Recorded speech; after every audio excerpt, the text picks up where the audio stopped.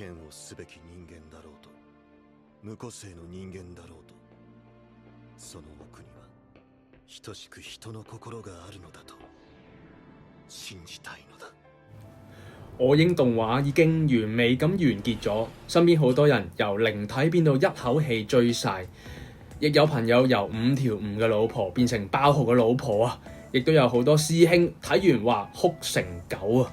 歸為2025年全球最受歡迎嘅動畫 ，IMDB 集集都超過9分啊，接近滿分嘅級別啊係。當中有冇邊幕大家係最深刻，或者係邊個角色大家最中意呢？今日嘅任務係想同大家開箱兩隻我英嘅一番賞，因為捕捉市場價位都花咗少少時間啊，所以一件比較新，一件比較舊。首先同大家介紹嘅係2025年12月先至出，更向前邁進啊！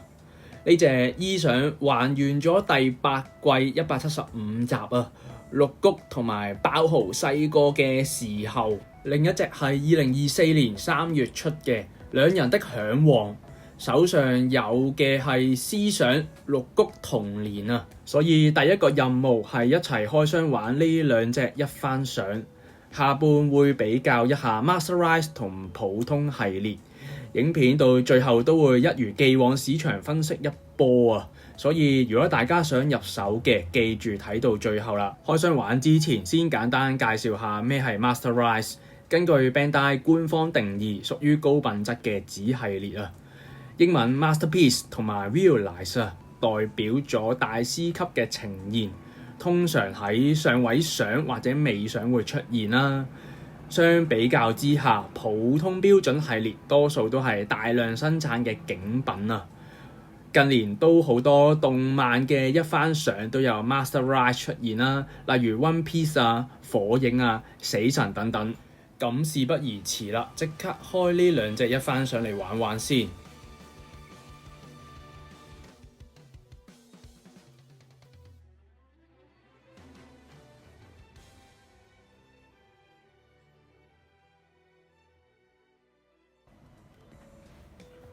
好，咁啱啱就同大家開完箱啦，咁而家就上手同大家玩下。咁呢隻咧爆豪咧，咁重量都非常之重嘅。咁我哋由個頭開始睇啦。咁髮質咧一樣啦，都係非常之做到爆豪嗰種爆炸感啊！係佢啲頭髮都係非常之硬啦。再睇埋個樣啊，係見到佢兩隻眼睛啊，都係有紅筋喺度啊，顯示到佢非常之暴躁唔耐煩啊。嘴角啦，亦都向右手邊瞄咗上去，見到有啲牙齒嘅痕喺度啊，做得非常之仔細啊。好啦，接住落嚟到上身嘅部分啦。見到啦，先講佢個外套啦。件衫就都有好多摺痕喺度啊。咁顏色都非常之分明啊。咁有淺色啦，下邊都有陰影嘅部分。佢中間紐扣位都做得非常之仔細。去到袖嘅部分係其實都做得好好啦。見到佢入邊其實係仲有一件米黃色嘅長袖衫喺度嘅，之後先至到出邊件深啡色嘅褸啦。形態上邊都做得非常之好啊！兩隻手拱起咗揸實嘅拳頭啊，係。好啦，到下身啦，係。見到有條深藍色嘅長褲仔啦。都見到佢陰影嘅部分都做得非常之好啊，係。衣服啦一樣有好自然嘅摺痕啊。到最後啦，去埋隻腳嗰度啦，係睇埋對鞋先。鞋一樣啦，都係非常之好啦。有一隻腳係會尖起咗嘅話咧，佢個鞋嗰度都會前腳掌度曲起咗嘅。好，咁第二隻同大家睇嘅就係綠谷啊。先睇個頭啦。咁啊，見到佢嘅頭髮一樣啊，都係有凌亂咁做到出嚟嘅，亦都有唔同嘅陰影部分啦，唔同嘅綠色啊。咁啊，後邊都係做得非常之好嘅。跟住就同大家睇埋個樣啦，係咁啊，呢一隻其實就係綠谷喺後邊追住爆豪啦，係咁就見到綠谷啊，眼下邊都有少少嘅眼淚仔喺度啊，咁亦都有個嘴仔擘大咗，面上邊亦都有綠谷少少嘅嗰幾點嘅雀斑仔啦，咁所以都做得非常之接近到原作啊。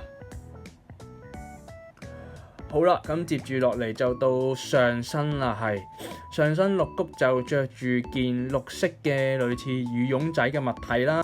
咁因為係件羽絨啊，所以都有唔同嘅摺痕，而中間紐扣方面都用咗唔同嘅顏色去配搭，非常之好啊，係。去到內衣嘅部分啦，綠谷就着住咗一件類似淺藍白色嘅長袖衫啦，咁一樣啦，摺痕都有嘅係。再望埋隻手啦，咁啊綠谷兩隻手攤開咗，然後啲手指就攤晒出嚟嘅，咁啊顯得出綠谷嘅性格，同埋喺後邊啊都係追住爆豪啊，係做得到非常之神似啊！去到最後再睇埋綠谷嘅下身啦，條褲咧一樣啦，都係做到有摺痕同埋有唔同嘅陰影部分啦，係有一 part 咧就少少嘅菠蘿蓋嗰度啊，有個類似有個藍白色嘅圓波點啦。不過呢度就有少少扣咗分啊，因為個圓波點就黐得唔係好正，不過遠睇其實都唔係好覺嘅係。咁啊，亦都見到綠谷條褲係束腳嘅。咁我哋去到最下面睇埋綠谷對鞋啦。咁就一如既往啦，綠谷多數都係着住對紅色嘅鞋㗎啦，係大家有睇動畫都好清楚。咁啊，亦都做得非常之仔細啦，鞋底亦都有埋坑紋喺度嘅。好啦，咁啊，再同大家上手玩埋另一隻綠谷童年時期嘅，咁不過呢隻就唔係 Master Rise 系列啦，咁可以望一望個髮型先啦。咁啊，其實都一樣做得非常之仔細嘅，有綠谷綠色嘅頭髮啦，有唔同嘅深淺，亦都有陰影啊，係亦都可以做到綠谷頭髮上邊有少少亂嘅塑形出嚟啊。好啦，去到表情上面啊，係咁啊，動作上面就係綠谷揸住隻All Might佢兒時最中意嘅公仔啦。睇個表情啊，都見到綠谷係非常之開心嘅，係咁啊，兩隻眼睜大咗啦，面上邊一如既往啊，都係有佢個幾點嘅雀斑啦，而口上邊都係啊，見到佢嘅牙仔啦，脷仔擘大咗個口，都非常之開心啊，笑得。好，接住落嚟睇埋上身嘅部分，先講件衫啦。咁啊，綠谷有件黃色嘅衫喺度啊，上邊有個 M 字。咁啊，見到其實都係有摺痕同埋陰影位置嘅。咁啊，再講埋隻手啦，係雙手就握住個拳頭啊，而佢另外一隻手咧就揸住 All Might 呢個公仔啊。好，最後睇埋下身嘅部分啦，係咁啊，綠谷着住條藍色嘅短褲仔啦，咁啊短褲仔都有摺痕喺度，同埋咧有兩個袋仔喺側邊嘅，係咁望埋下面啦，綠谷一樣有對紅色嘅鞋，咁唯獨是有少少覺得可能比例上邊啊，覺得對鞋好似大對咗少少啊。同頭先 Master Rise 嚟比較嘅話咧，好似個比例有少少唔同啊，係咁啊，鞋底就都冇啲坑紋喺度嘅。咁呢隻都係綠谷嘅兒時，但就唔係 Master Rise 系列。好，咁喺度一口氣就同大家開咗兩 set 嘅一番賞啦，係包括係呢兩隻啦，爆豪同埋綠谷係 Master Rise 系列嘅。而另外呢一隻呢，就係普通一番賞系列。好，咁究竟 Master Rise 系列究竟同普通嘅一番賞有啲咩唔同呢？咁作為我英嘅 fans 啦，之前都玩過幾 set 我英嘅一番賞啦，咁都攞埋另一隻 Master Rise 系列嘅童年時期拎出嚟一齊去比較下。簡單啲嚟講啊 ，Master Rise 第一點啦，就係選題嘅構思啊。